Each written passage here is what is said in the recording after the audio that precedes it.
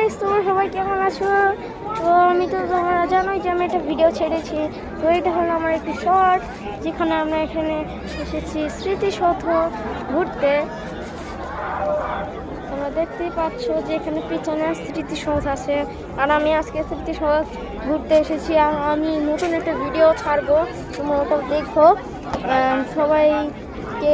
সবাইকে শুভেচ্ছা জানাচ্ছি নতুন বছরের।